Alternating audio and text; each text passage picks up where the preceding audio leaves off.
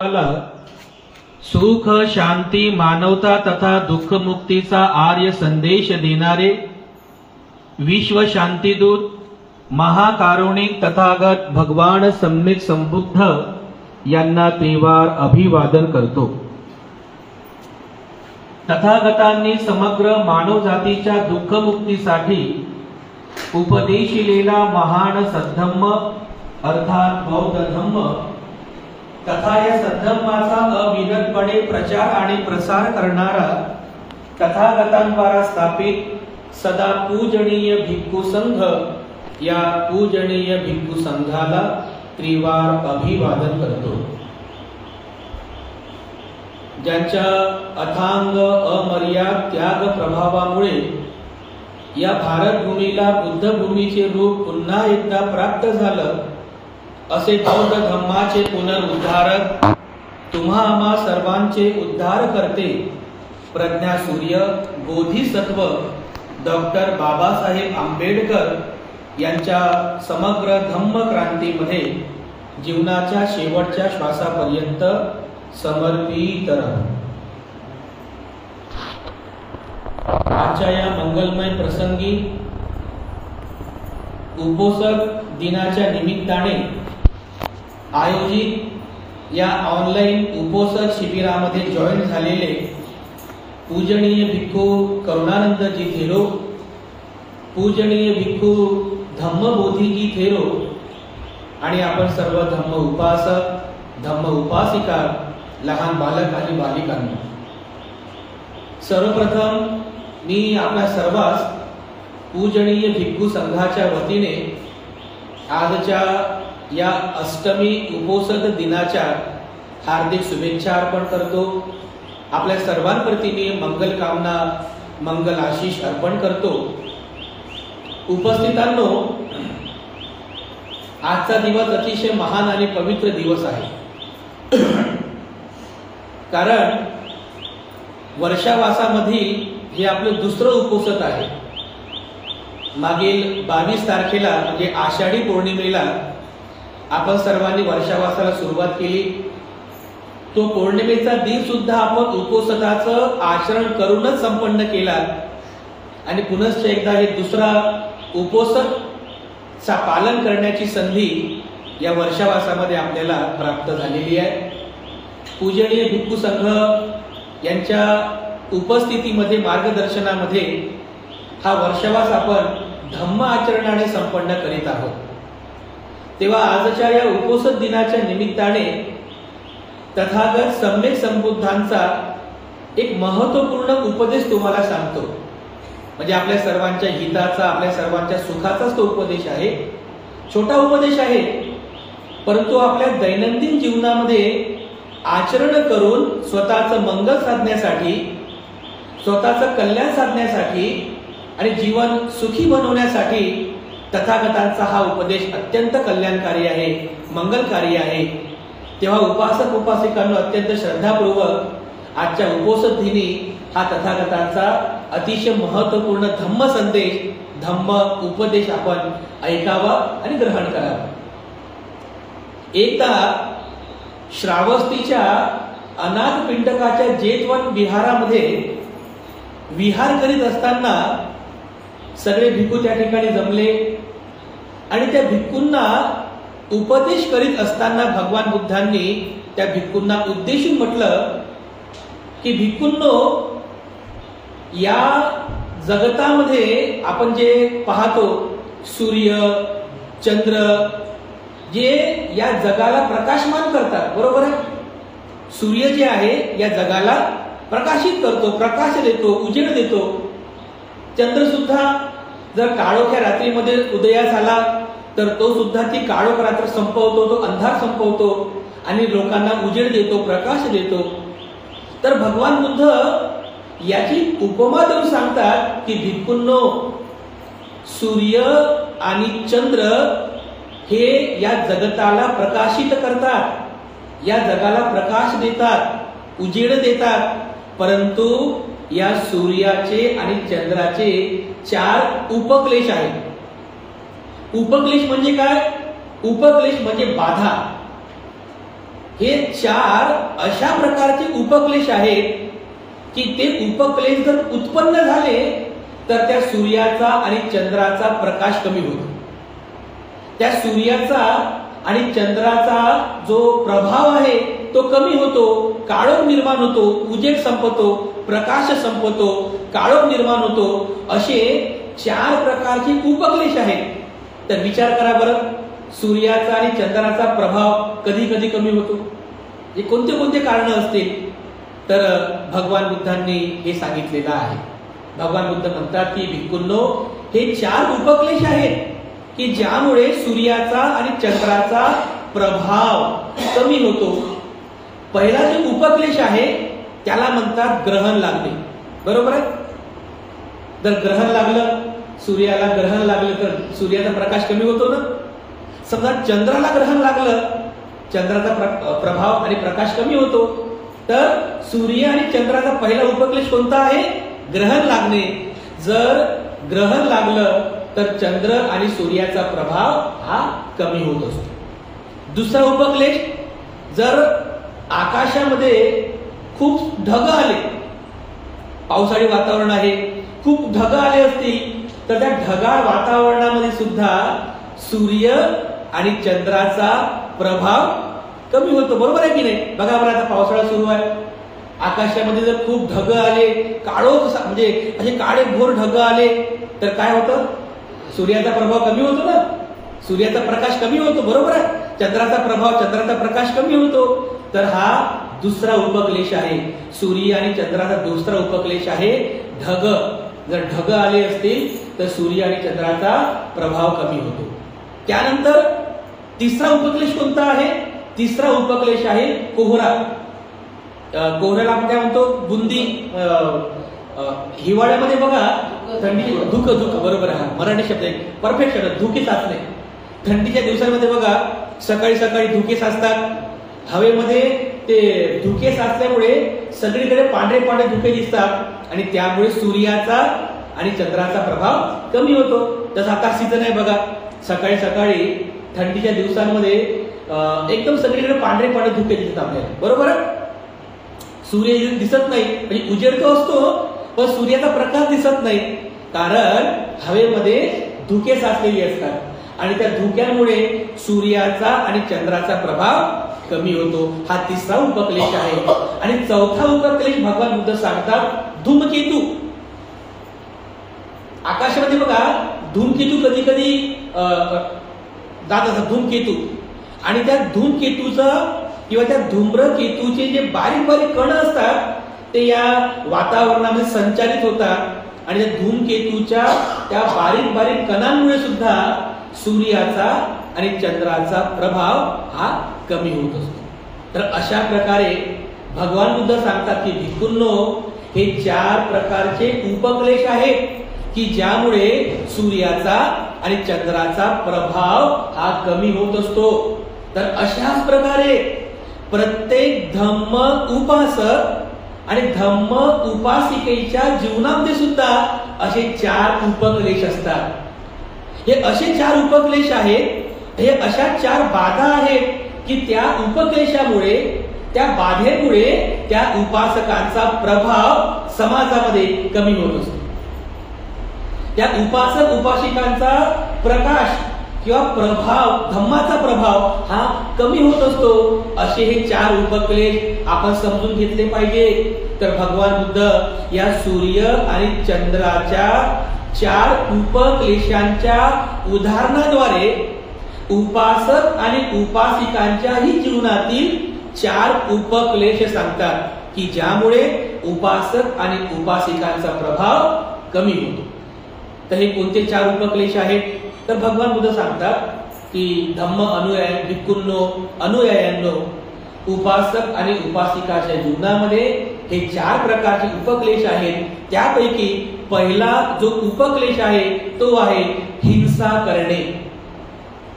जर कोणी उपासक, म्हणजे जो कोणी एखादा उपासक आणि उपासिका असेल, तो जर त्याच्या जीवनामध्ये हिंसा करत असेल किंवा दुसऱ्याला हिंसा करण्यासाठी प्रवृत्त करत असेल, स्वतः पण हिंसा करत असेल आणि दुसऱ्यांना हिंसा करण्यासाठी प्रवृत्त करत असेल तर त्याच्या त्या हिंसक स्वभावामुळे त्याचा समाजामध्ये किंवा लोकसमुदायामध्ये प्रभाव कमी होतो. बघा बरं तुम्ही समाजामध्ये जे हिंसक प्रवृत्तीची लोक आहेत, म्हणजे फक्त हातानेच हिंसा होते असं नाही, बरं तोंडाला पण हिंसा करतात लोक, करतात की नाही, हिंसेचे शब्द वापरतात.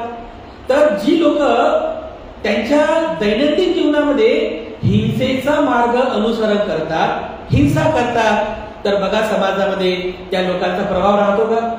त्याच्या शब्दांना मान असतो का? लोक काय म्हणतात, अरे नाही नाही तो माणूस बरोबर नाही आहे, तो हिंसक प्रवृत्तीचा माणूस आहे, काय त्याच्या शब्दाला मान आहे, काय त्याच्या शब्दामध्ये विश्वास आहे, असं म्हणतात ना लोक. बघा तुम्ही समाजामध्ये अशा लोकांवर समाज विश्वास ठेवत नाही. जो व्यक्ती हिंसक प्रवृत्तीचा आहे, जो व्यक्ती स्वतः हिंसा करतो आणि दुसऱ्यांना हिंसा करण्यासाठी प्रवृत्त करतो, तर लोक काय म्हणतात, त्याचा सहवास पण नको म्हणतात की नाही, नकोच म्हणतात. त्याच्यासोबत मैत्री पण नको, त्याचा सहवास पण नको. कारण काय होते, कारण त्याचा प्रभाव हा कमी झालेला असतो. आणि म्हणून जर कोणी हिंसा करत असेल, हिंसेचा मार्ग अनुसरण करत असेल, तर बांधवांनो समाजामध्ये त्याचा प्रभाव कमी होतो. हा पहिला उपक्लेश आहे.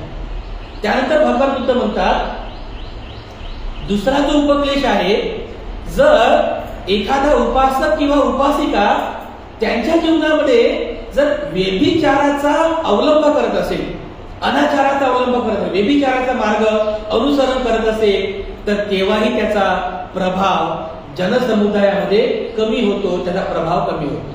बघा असे पण लोक समाजामध्ये आहेत की जे लोक व्यभिचारी आहेत, जे लोक जीवनामध्ये चांगलं आचरण करत नाहीत, नेहमी स्त्रियांप्रती अनादर ठेवतात, नेहमी स्त्रियांप्रती चुकीचा भाव, अकुशल भाव मनामध्ये उत्पन्न करतात आणि नेहमी चुकीचा विचार करून त्या व्यभिचाराचाच मार्गाचा अवलंब करतात.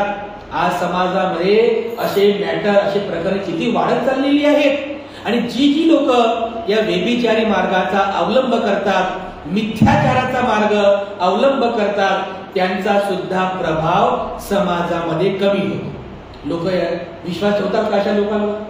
जर एखाद तुम्हाला असं समजलं की अमुक एखादा व्यक्ती हा व्यभिचारी आहे, हा व्यक्ती समाजातील स्त्रियांप्रती आदर ठेवत नाही, स्त्रियांप्रती सन्मान ठेवत नाही, स्त्रियांबद्दल चांगला विचार उत्पन्न करत नाही, तो व्यभिचारी आहे, तो मिथ्याचारी आहे, तो अनाचारी आहे, तो विनयभंगी आहे, तर लोक त्यांच्याप्रती आदर ठेवतील का हो? नक्कीच नाही ठेवणार. कारण अशा व्यक्तीवर लोक विश्वास ठेवत नाही का? कारण त्याचा प्रभाव हा कमी झालेला असतो. त्याच्या व्यभिचारी प्रवृत्तीमुळे त्याचा प्रभाव आणि विश्वास हा समाजामध्ये कमी झालेला असतो. हा दुसरा उपक्लेश आहे. भगवान बुद्धाने सांगितलं, जर कोणी व्यभिचारी असेल, व्यभिचारी अनाचारी मार्गाचा अवलंब करत असेल, तर त्याचा समाजामध्ये जनसमुदायामधला प्रभाव हा कमी होतो. त्यानंतर तिसरा उपक्लेश भगवान बुद्धाने सांगितला. तिसरा उपक्लेश आहे, जर कोणी उपासक किंवा उपासिका नशापान करत असेल, मद्यपान करत असेल, तर त्यांचाही प्रभाव हा कमी होत असतो. बघा, हे काही वेगळं सांगायला नको. समाजामध्ये असे अनेक लोक आहेत की जे नशेच्या आहारी गेलेले आहेत, है ना, दारूच्या नशेच्या आहारी गेलेले आहेत. विविध प्रकारच्या म्हणजे आपली जी मती आहे, मती मंद करणारे किंवा आपली बुद्धी भ्रष्ट करणारे असे अनेक मार्गाचा अवलंब करून, नशापान करून, मद्यपान करून ते लोक आपलं जीवन व्यतीत करत राहतात. ते स्वतः तर दुखी होतातच, ते स्वतः दुखी असतात त्या नशेमुळं, आणि आपला परिवार पण दुखी करतात.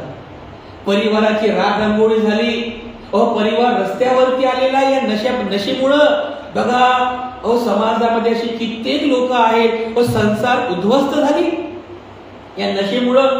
प्रभाव कमी झाला ना. म्हणजे तो स्वतः नशा करतो आणि इतरांना सुद्धा नशा करण्यासाठी किंवा मद्य प्राशन करण्यासाठी प्रवृत्त करतो. तर बांधवांनो, अशा लोकांवर तुम्ही विश्वास ठेवाल का? नाही ना. जे लोक दारू पिणारे आहेत, जी लोक मद्यपान करतात, सतत सतत त्या नशेमध्ये गर्द राहतात, लोक यांच्यावरती विश्वास ठेवत नाही. कारण त्यांच्या त्या व्यसनाधीनतेमुळे समाजामध्ये त्यांचा प्रभाव कमी झालेला असतो. बरोबर आहे. किती जिवंत उदाहरण आपण पाहतो बघा त्या समाजामध्ये. या दारूच्या व्यसनामुळे, या नशाबाजीपणामुळं, या मद्यपानामुळं त्या लोकांचा प्रभाव कमी झाला. पण प्रभाव कमी तर होतो, पण त्यांचं स्वतःचंही जीवन बर्बाद होते. त्यांची प्रज्ञा भ्रष्ट होऊन जाते. त्यांना समजत नाही की मी माझं काय करतोय, मी दुखी होतोय, मी दुसऱ्याला पण दुःख देतोय, हे त्यांना समजत नाही. बघा, हा तिसरा उपक्लेश, ही तिसरी बाधा सांगितलेली आहे की ज्यामुळं त्यांचा प्रभाव, त्या व्यक्तीचा प्रभाव समाजामध्ये कमी होत असतो. हा तिसरा उपक्लेश आहे. त्यानंतर भगवान बुद्ध चौथा उपक्लेश सांगतात की ज्यामुळे आपला प्रभाव कमी होतो, तो आहे मिथ्या आजीविका. आजीविका म्हणजे काय? जीवन जगण्याचं साधन. जर तुम्ही संसारिक लोक आहात, जीवन जगण्यासाठी म्हणजे अन्न, वस्त्र, निवारा किंवा आपल्या गरजा भागवण्यासाठी तुम्हाला पैसा पाहिजे. आणि पैसा कमवण्यासाठी तुम्ही मेहनत करता, कष्ट करता, विविध मार्गाचा अवलंब करता, म्हणजे आजीविका करता. तुम्ही तुमचं जीवन यापन करण्यासाठी तुम्ही तुमची आजीविका संपन्न करता. परंतु भगवान बुद्ध म्हणतात, जर कोणी उपासक किंवा उपासिका आपल्या जीवनामध्ये मिथ्या आजीविका करत असेल, तर त्यामुळे सुद्धा त्याचा प्रभाव समाजामध्ये कमी होतो. मिथ्या आजीविका म्हणजे काय? चुकीची आजीविका आहे. म्हणजे जसं काही लोक प्रामाणिक असतात बघा, इमाने इतबारे मेहनत करतात, कष्ट करतात आणि चांगल्या मार्गाने पैसा कमवतात. परंतु बांधवांनो, असे पण काही लोक आहेत की जे चुकीच्या मार्गाने जीवन यापन करतात, जे अकुशल मार्गाने जाऊन स्वतःची आजीविका पूर्ण करतात. तर भगवान बुद्धांनी त्यांना म्हटले आहे ती मिथ्या आजीविका आहे. जर कोणी लोकांना फसवून पैसा कमवत असेल तर ती मिथ्या आजीविका आहे. जर कोणी चोरी करून जर आजीविका करत असेल ती मिथ्या आजीविका आहे. जर तुम्ही खोटं बोलून, असत्य बोलून, लोकांना ठगवून, लोकांना फसवून जर तुम्ही आजीविका करत असाल तर ती मिथ्या आजीविका आहे. तुम्ही काही काही लोक बघा म्हणजे पॉइझन, जहर विकतात, विष विकतात बघा. तर भगवान बुद्ध म्हणतात विष किंवा जहर विकून सुद्धा जी लोक आजीविका करतात ती सुद्धा मिथ्या आजीविका आहे. काही काही लोक शस्त्रांचा व्यापार करतात बघा, शस्त्रांचा व्यापार, तर शस्त्रांचा व्यापार सुद्धा ही मिथ्या आजीविका आहे असं भगवान बुद्धाने म्हटलेलं आहे. म्हणजे ज्या ज्या मार्गाने तुम्ही समाजामध्ये स्वतःचा प्रभाव कमी करणारी आजीविका संपादित करता, ते सगळं तुमची मिथ्या आजीविका आहे. काही काही लोक तर ते पत्ते खेळतात बघा, पत्ते 24 तास त्यांच्या घरामध्ये पत्ते सुरू असतात. 24 तास म्हणजे डाव, तो डाव, मोठे मोठे डाव असतात, हजारोचा डाव चालतो, लाखोचा डाव चालतो बघा. आणि त्यांना अहंकार कसा, लाखोचा डाव खेळतो मी, असं म्हणतात लोक. मी लाखोचा डाव खेळला बघा, लाखो रुपये जिंकले. अरे पण ती मिथ्या आजीविका आहे ना, ती सम्यक आजीविका नाहीये, ती मिथ्या आजीविका आहे. तुम्ही चुकीच्या मार्गाने, चुकीचा अकुशल मार्गाने तुम्ही तो पैसा कमवताय. आणि मग जर तुम्ही स्वतः जर मिथ्या आजीविका करत असाल तर तुमच्या परिवारामध्ये तुमचा प्रभाव कमी होणार नाही का? बघा, पत्नी सुद्धा आदर करत नाही, मुलं बाळ सुद्धा आदर करत नाही अशा माणसाचा की जो व्यक्ती मिथ्या आजीविका करतो. शेजारी सुद्धा आदर करत नाही. एवढंच काय, समाजामध्ये सुद्धा त्याचा प्रभाव कमी होतो. बघा किती साधा आणि सोपा आहे. म्हणजे व्यवहारिक जीवनाची संमती भगवान बुद्धांनी उपदेश केलेला आहे. भगवान बुद्धांनी सांगितलं हा चौथा उपक्लेश आहे.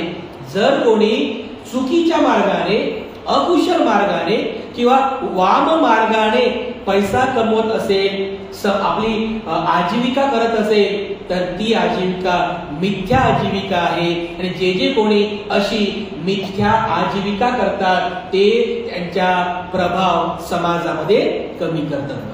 तर असे हे 4 उपक्लेश आहेत. बांधवांनो, हे 4 उपक्लेश आहेत. जर आपण आपल्या जीवनामध्ये या 4 उपक्लेशांना जाणलं नाही की हे 4 उपक्लेशामुळे माझा प्रभाव कमी होईल, तर आपण दुःखी होऊ शकतो.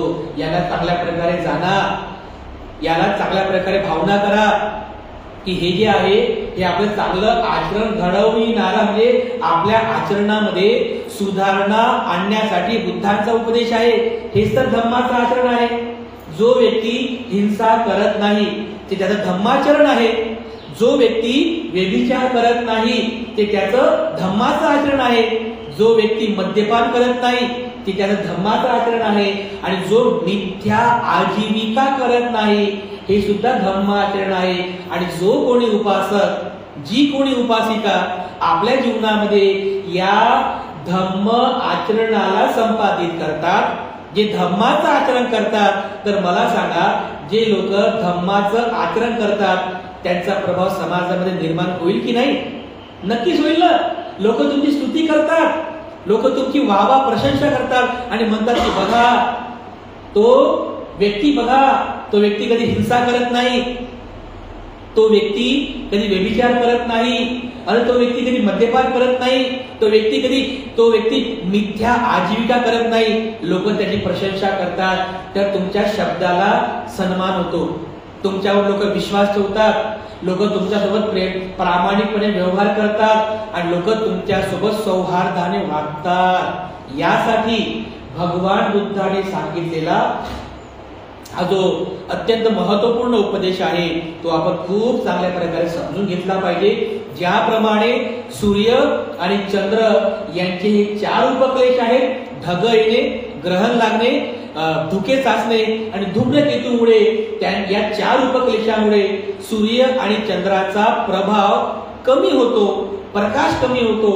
त्याचप्रमाणे उपासक आणि उपासिकांच्या जीवनातील हे 4 उपक्लेश आहेत. हिंसा करणे, व्यभिचार करणे, मद्यपान करणे आणि मिथ्या जीविका करणे, या 4 उपक्लेशांमुळे सुद्धा समाजामध्ये आपला प्रभाव कमी होत असतो.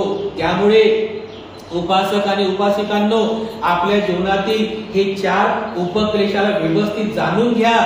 त्यापासून स्वतःला विरत ठेवण्याचा प्रयत्न करा, त्यापासून स्वतःला दूर करण्याचा प्रयत्न करा आणि धम्माचं आचरण करून, म्हणजे हिंसा करू नये, व्यभिचार करू नये, मद्यपान करू नये आणि मिथ्या आजीविका करू नये.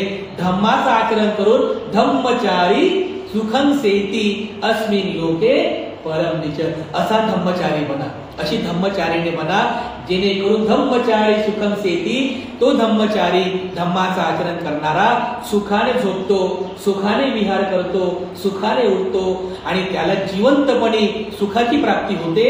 आणि मृत्यूच्या नंतरही अस्मिन् लोके परम निच, मृत्यूच्या नंतरही त्याला सुगती प्राप्त होत असते. बघा, तर अशा प्रकारे या मानवी जीवनामध्ये सुखपूर्वक जीवन जगण्यासाठी या 4 उपक्लेशांचा बुद्ध उपदेश खूप चांगल्या प्रकारे आपण समजून घ्यावा, त्याचं पुन्हा पुन्हा चिंतन करावं आणि आपल्या धम्म आचरणाने समाजामध्ये आपला मोठा प्रभाव निर्माण करावा.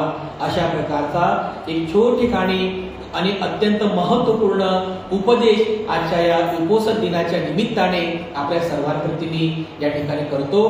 पुनश्च एकदा आजच्या अष्टमी उपोषण दिनाच्या आपल्या सर्वांना मी हार्दिक शुभकामना, मंगलकामना अर्पण करतो. आणि धम्माचं आचरण करून आज उपोषण दिन आहे, दिवसभर आपल्याला उपोषणाचं पालन करायचं आहे.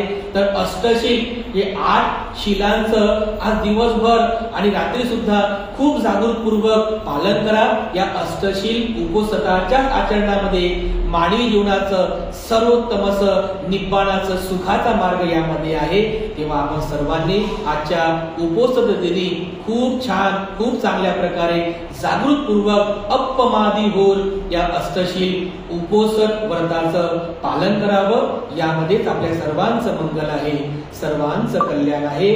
आजच्या या उपोषण दिनाच्या निमित्ताने पुनश्च एकदा या ऑनलाईन सेशनला जमलेले सर्व उपासक आणि उपासिका, या विहारामध्ये उपस्थित आपण सर्व उपासक आणि उपासिका आपल्या सर्वांप्रती मी पुनश्च एकदा मंगल कामना अर्पण करून तथागतांच्या आशीर्वाद गाथेने आजची धम्मदेसना आणि धम्म संस्कार समाप्त करतो.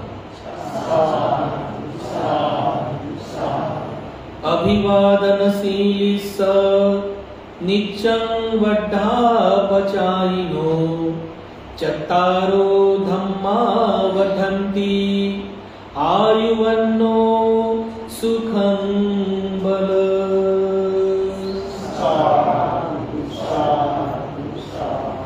बुद्धं नमामि, धम्मं नमामि, संघं नमामि.